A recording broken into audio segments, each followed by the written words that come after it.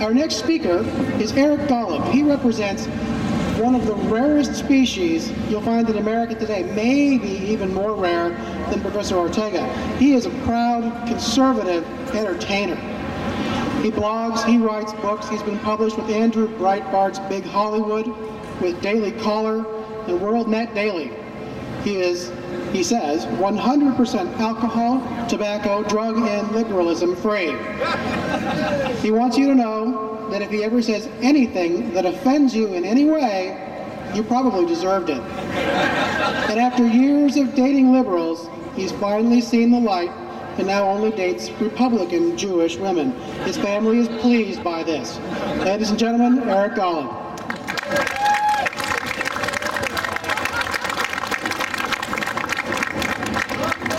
I appreciate the very warm welcome. The last time I was in this part of the country, a bunch of people surrounded me, threw stones at me, said, "Foreigner, go home, you're a criminal, you're a terrorist." I said, "Hey, my people came here like everybody else in search of a dream." They said, "No, you're thugs, you're screwing up America." They tried to take me in an alley. I feared for my life. So I went to the local sheriff. I said, "Should I file a civil rights lawsuit?" He goes, "It's not a civil rights issue, but the next time you're in Niner country, don't wear the Raiders jacket." Obviously, I didn't listen. The fact is I speak around the country because our freedoms are under assault. A couple of quick administrative notes. Yes, I live in Los Angeles. This is not a fashion statement. I recently had LASIK eye surgery. Best thing I ever did in my life. I can see everything crystal clearly now. So the question then becomes, what do you call somebody named Eric who can see everything crystal clearly? The answer, you don't call him Attorney General.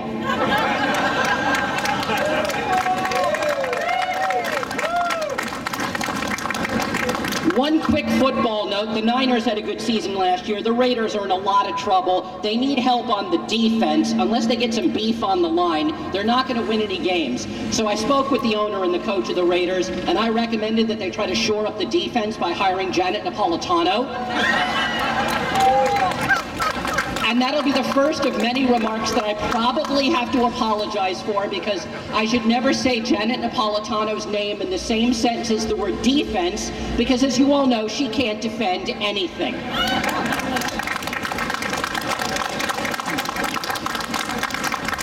As somebody who lives in Los Angeles among a bunch of left-wing basket cases, let me tell you what an honor and a privilege it is to be among so many of my fellow gun-toting,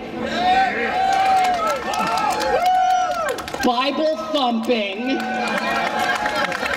flag-waving, freedom-loving patriots who are going to take back this country and fire Barack Obama.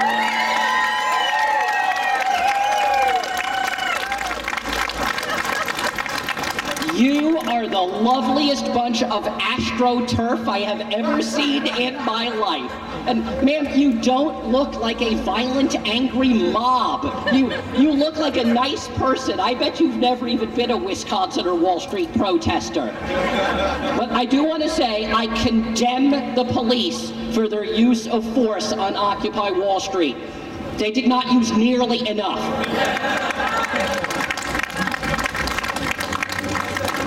I am here because our freedoms are under assault. It starts at the top, and I have a message for President Obama.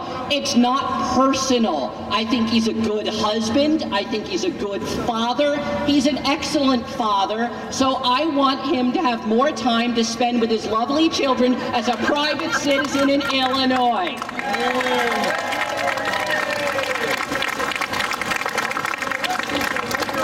None of us care if Barack Obama is light-skinned or dark-skinned. We've never cared. The problem we have with Barack Obama is that he and his supporters, as Governor Jan Brewer eloquently stated, are thin-skinned.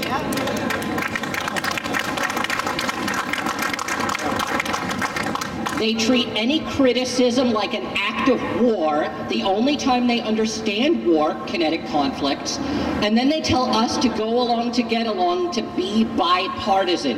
Now, when a liberal tells a conservative, be bipartisan, what that liberal is really telling the conservative is, shut up and agree with me. Well, if the left would like bipartisanship, I've got some ways we can be bipartisan and we'll all get along just fine. First, let's compromise on the issue of gun control. And I know some of you are like, what did that hippie with the long hair from the People's Republic of Los Angeles just say? Yeah, let's compromise on gun control. Here's how it works. Liberals favor gun control. Conservatives are against it. Well, let's be bipartisan. Let's simply take away all the guns from the liberals and give them to us.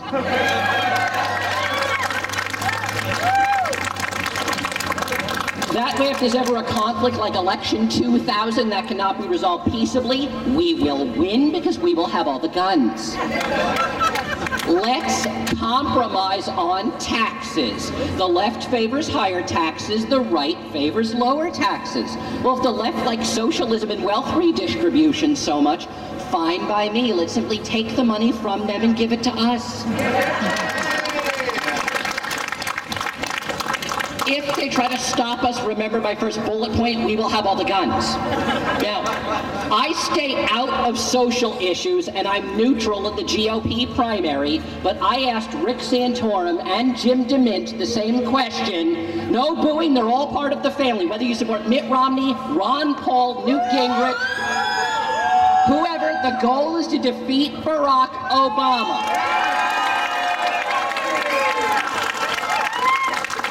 So I asked Rick Santorum and Jim DeMint the same question.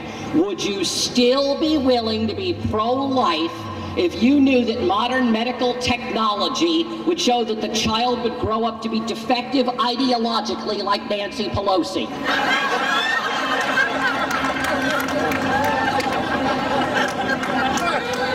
After collecting himself, Rick Santorum, in front of a room full of people, said, I believe there is hope for every child. Jim DeMint looked at me and said, wow, Eric, that's a hard choice. So that's why I stay away from social issues. Now, people say you can't even make fun of Barack Obama. You know, they say he's like actor Will Smith. He's just so cool and calm and collected, doesn't get rattled, nothing to make fun of. For those who say we can't make fun of Barack Obama, this is still America. So I say, yes we can, yes we can, yes we can. Yes, we can. Yes, we should. Yes, we absolutely will. And the message you delivered last November and will again next November is, Mr. President, no, you can't, no, you won't, and no, you don't.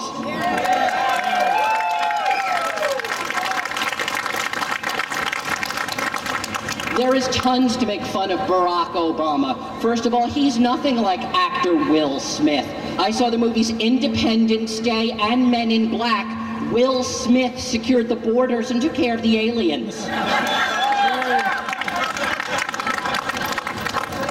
Let's start out with the obvious. Barack Obama's head is so disproportioned, they should rename the presidential plane Air Force One. And you would think with ears that size, just once he would listen, but he doesn't. There's tons to make fun of Barack Obama. I don't want to say that he's a snob, but I look at him and I think, picture what would happen if Jacques Chirac and John Kerry had a baby. Now, you know what? I'm going to take that back because there is nothing wrong with being half black, but to say somebody's half French is unforgivable. I don't want to take cheap shots and use the F word. Barack Obama's not French. He just looks it. But I don't want the second coming of Jacques Chirac and John Kerry. I would rather the second coming of Ronald Reagan and Margaret Thatcher.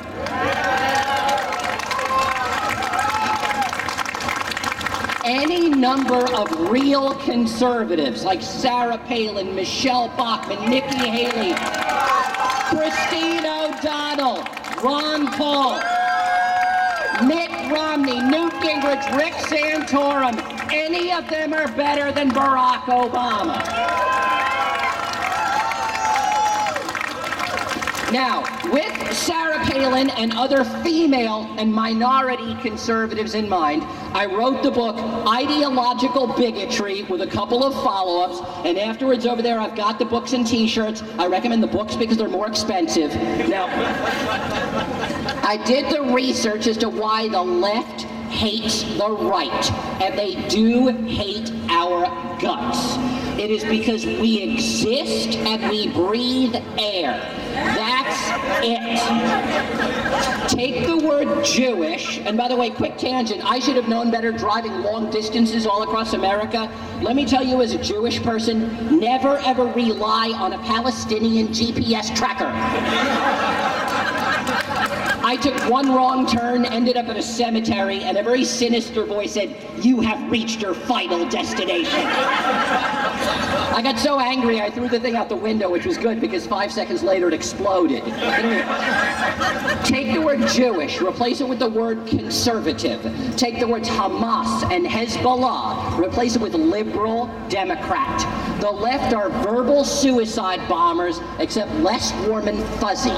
And if you're a minority and a conservative, a Michael Steele, a Sarah Palin, an Eric Cantor, a Michelle Bachmann, a Herman Cain, they will try to destroy you, and they will try to rip you to shreds if you believe in radical Christian notions such as, oh, I don't know, something dangerous and sinister in Christianity like love thy neighbor.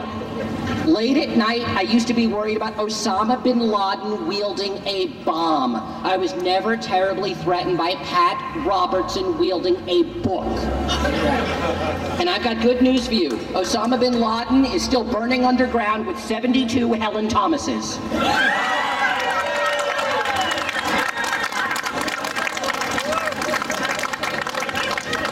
Gaddafi was not so lucky. He got stuck with 72 Katie Courics. Joy Behar was turned down.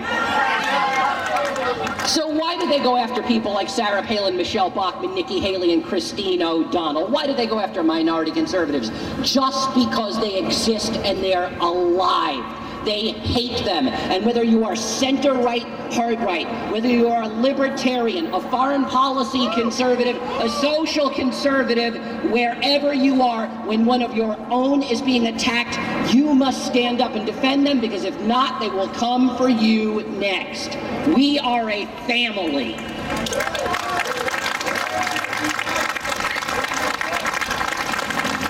Now, let me say, I don't agree with some of these ladies on every issue, and I said this in front of Sarah Palin and Michelle Bachmann.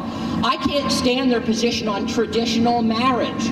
What I mean by, I think it's awful. What I mean by that is I can't stand the fact that they're married to somebody who's not me. I asked for advice before I spoke in front of them. They said, "You want advice?" Their husbands are standing right there. Please put the jewelry and flowers away. Now, I know what some people are thinking. Isn't Sarah Palin a terrible mother? I mean, how dare her daughter Bristol get drunk and stoned and drive a car into a tree and... Oh no, wait, never mind. That was Al Gore's son. But it's okay because it was a hybrid. Sorry for you Toyota drivers, whatever gets the Priuses and the Obama stickers off the road, by any means necessary, fine by me. It's bad enough they're on the left politically. Get out of the left lane. I know what some of you are thinking. They go after Sarah Palin, and I'm going to say one more thing about Sarah Palin, and I got in trouble for this, and I don't care. I said it in front of her. She was fine with it. I said that the left should love Sarah Palin because she has a beautiful, adorable, special needs child that she cares for while balancing everything else. Conservatism is compassion. And I said in front of that whole room, I said that the left should love Sarah Palin and worship her and adopt her as one of their own, because the left is an entire political ideology of special needs children. Every word out of their mouth, gimme, gimme, I need, I want, I deserve, I'm entitled. No. When you're 4 years old, mildly adorable. When you're 64, like Barbara Boxer, Hillary Clinton, or the Pelosiraptor, it is intolerable. And a CNN reporter, 22-year-old journalism student, lied and said that I was attacking special needs children. The left are bullies. The only thing bullies understand is force. So I now include a new message in every single speech. I was wrong. I apologize. I should never have compared liberals to special needs children. Liberals are nothing like special needs children. Special needs children have value.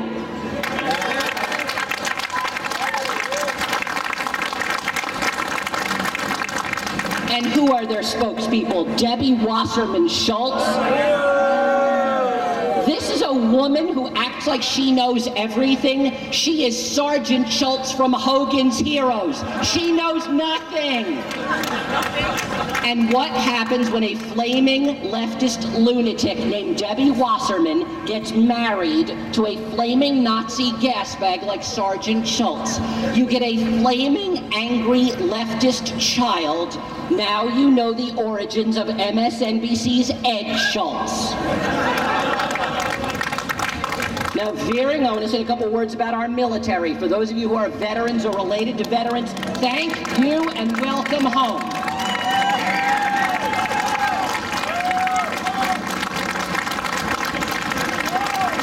Now, not to brag, because real heroes should not spend every waking minute announcing to the world that they're heroes, but I know something about war zones and combat. I know war zones and combat. I did 2 tours of duty as a student in a New York public school. As I told Colonel Allen West a couple months ago, you're welcome. So I know that when a war is lost, we have a moral obligation to pull all the troops out so that not a single soldier dies in vain. Well, I have a message for the Ron Paul campaign. If you truly believe that when a war is lost, we should pull all of the troops out, I want Ron Paul and all the other candidates to immediately promise this instant to pull every single one of our troops out of Detroit. There is no hope of winning. The left said we could not secure Fallujah or Anbar province. The left can't secure Chicago and Philadelphia. And they can't secure anything for Chicago either. I have my Olympic tickets to Rio de Janeiro all set. Nobody is listening to Barack Obama anymore. His speeches are 45% platitudes, 30% bromides, 25% meanderings, 5% general nonsense. And I know some of you are like, but doesn't that add up to 105%? Number one, again, New York public school. Secondly, it's Obama world. The numbers add up just because he said so. That's his health care plan, and everything else he's trying to do in a nutshell. Fire him in November.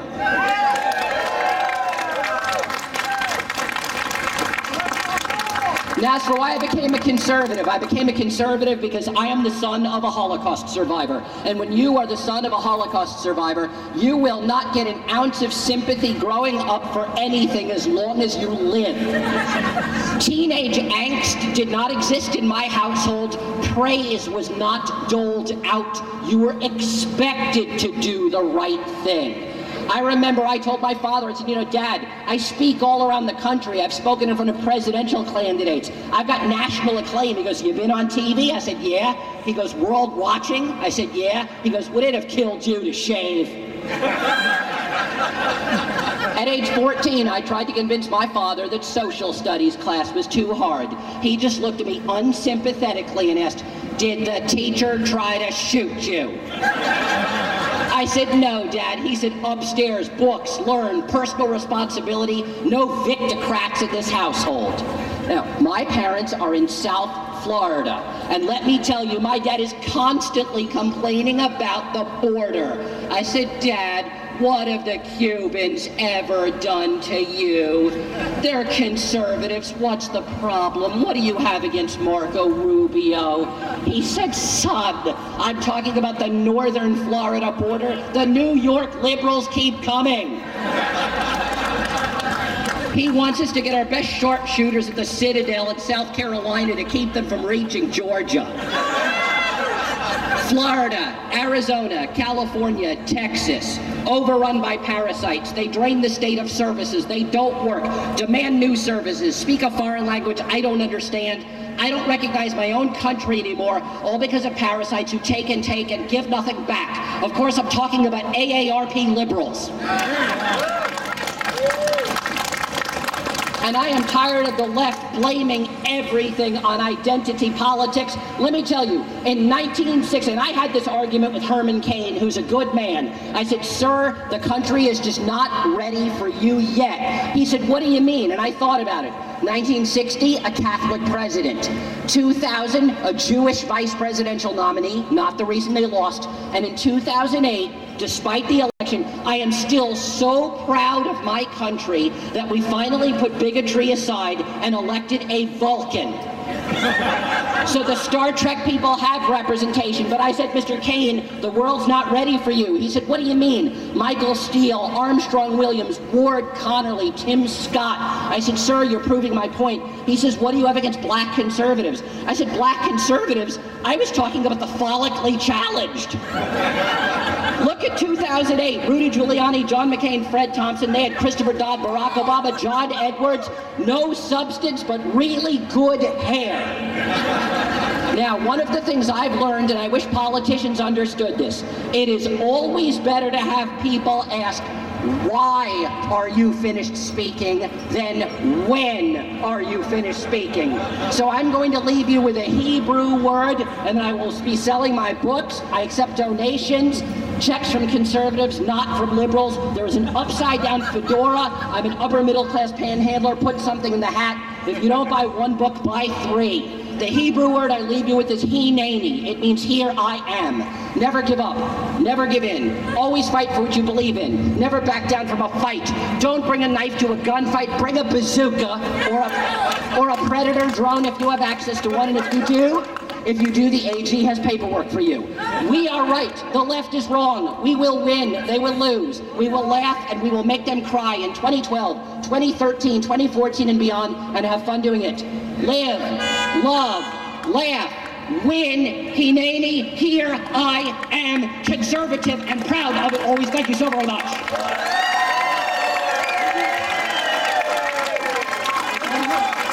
Ladies and gentlemen, Eric Golub. Thank you very much, Eric.